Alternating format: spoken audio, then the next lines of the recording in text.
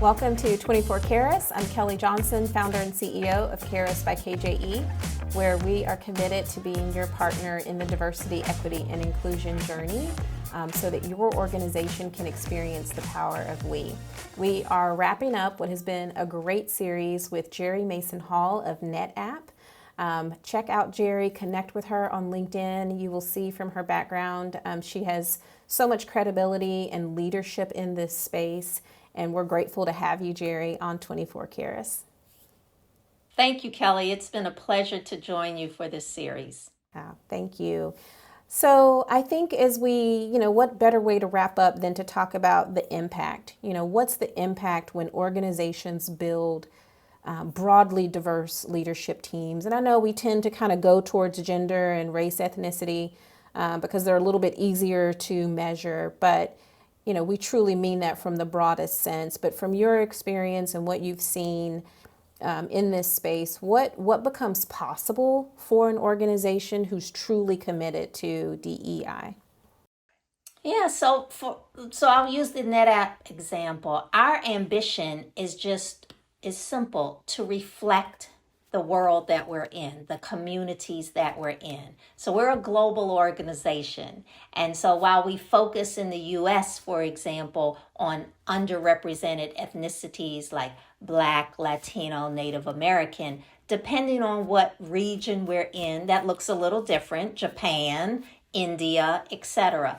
And so again, we want to reflect the communities that we're in. So if we need to have more representation of women, we need to have more representation around persons with disabilities, the LGBTQ plus community, all of those things, because that's the world that we're in.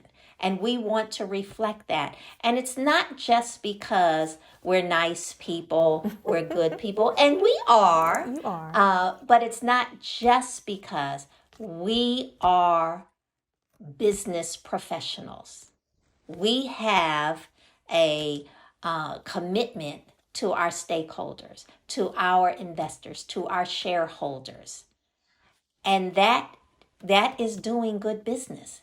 We have a growth plan that we cannot execute without having the right talent at the right time. And how do we do that? That right talent, that's what brings innovation. We are a cloud-led, data-centric software. So what's the next thing? What's that next improvement? What's that solution that our clients need? We can't come up with that if we have all homogenous teams. So it's that diversity of thought. It's that diversity of experience. That's what brings the innovation and the creativity. And so as strong business professionals, that's our end game. That's our end game. How do we continue to grow this business and everyone wins? And so that's the focus on and to have all that diversity, you have to build an environment that is inclusive, that people want to be there, and that they feel they can thrive everywhere in our organization. And that's why we focus on building belonging. Yeah, that's so good. It reminds me of, at an earlier point in my career, I did work for Accor, a global hospitality company. And at the time, they operated in 90 countries. And one of the values of the company was to respect the local culture. And I was fortunate because I was a part of that organization for over 10 years. And so the values of the company in that way really became a part of mine. I took it seriously. And I think that it reminds me of your values at NetApp and what you're committed to doing, because diversity means something depending on the department sometimes, not even just country, but there's been some organizations where diversity means that we need to hire straight white men, right? Because they are underrepresented in a particular organization. And so I think that often in this space, we talk in very broad strokes because we're trying to transform massive institutions, massive organizations. And so it is it's important or easier to focus on that macro level. But when we really drill down to what's needed in a particular space, a particular market, that's where we're truly operating on all cylinders within this DEI space. And I think that's why so many places start with understanding bias. So that's become a 101. So, it used to be unconscious bias. Well, all those biases now aren't necessarily unconscious, but acknowledging we're humans, we all have bias.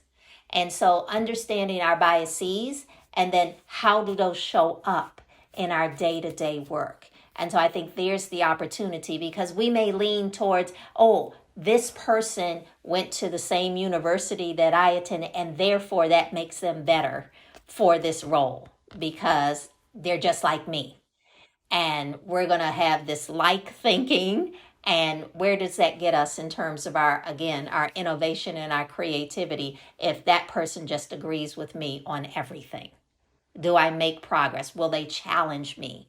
Will I get to that next level? So I think that's part of it. Absolutely, some of that building the understanding and awareness on why these things matter. And so that's again why many organizations start with that focus on bias. I'm glad you brought that up because when we are facilitating our unconscious bias training, we often say, A, what you just said, if we're human, we have bias. But B, as humans, we like to work with people that we know, like, and trust. And there's actually nothing wrong with that. There's no judgment in the fact that we like to work with people, interact with people that we know, like, and trust. The challenge becomes when we limit who we let in to get to know them so that we can like them and eventually trust them. And I think we like our comfort zones as humans, we like what's familiar, but it's really that ability, that agility, that cultural agility to say, you know what, I may not know you. I may not be familiar with your background, your perspectives, even the way that you think or process information. Maybe you're more analytical and I'm more abstract. So it may take a little bit of an effort for me to understand and truly appreciate where a person's coming from, but we have to keep that door open to really let more people in. And there's our work. Oh, yes, that is the magic, right? So we're about to wrap up this series, and it's been awesome, Gerri. But I want to give you the opportunity, A, to let people know how to connect with you, and then B, any sort of final thoughts or parting words of wisdom, golden nuggets that you would like to share. Yeah, so I'm definitely, I think the easiest way is on LinkedIn. Um, Big user of LinkedIn, Gerri Mason Hall, as you've noted.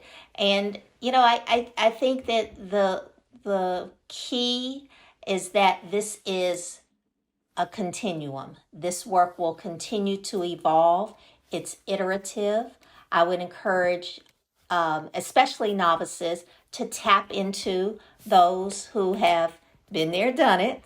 There's many of us out here, but also partners like yourself, Kelly, to leverage those learnings, those experiences, and don't feel like you have to reinvent from scratch all the time. Tried and true, but it is iterative. And so just because something worked in one organization, again, 20 years ago, doesn't mean now is the time. We are evolving in business. There's so many dynamics in our different communities, especially here in the U.S., that are different than there were in times past. And so we evolve with that. And so that's why I say keep the open mind, keep grinding because the work will continue. There's so many challenges that continue to come up. But again, tap into partners that can help you. And, let's do it. Let's keep making the change. Let's be the change that we want to see in the world for sure. Absolutely. Well, I appreciate, again, your support, advocacy over the years, and just collaboration and partnership, the ability to reach out and say, hey, this is what I'm seeing. And I remember one of our first conversations, it was really short after George Floyd, and you were like, what do you think?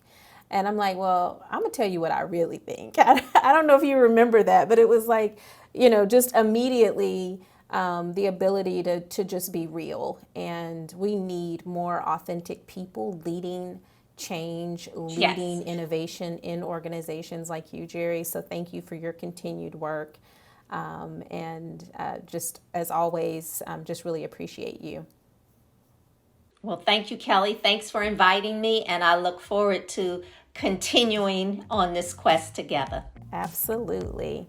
And for all of you who are on the quest to live diversity, equity, and inclusion 24/7, thank you for being a part of the 24 Cares community. If you have a question that you want our team to answer, we invite you to submit it. You can find our contact information in the show notes. Until next time, we'll see you soon.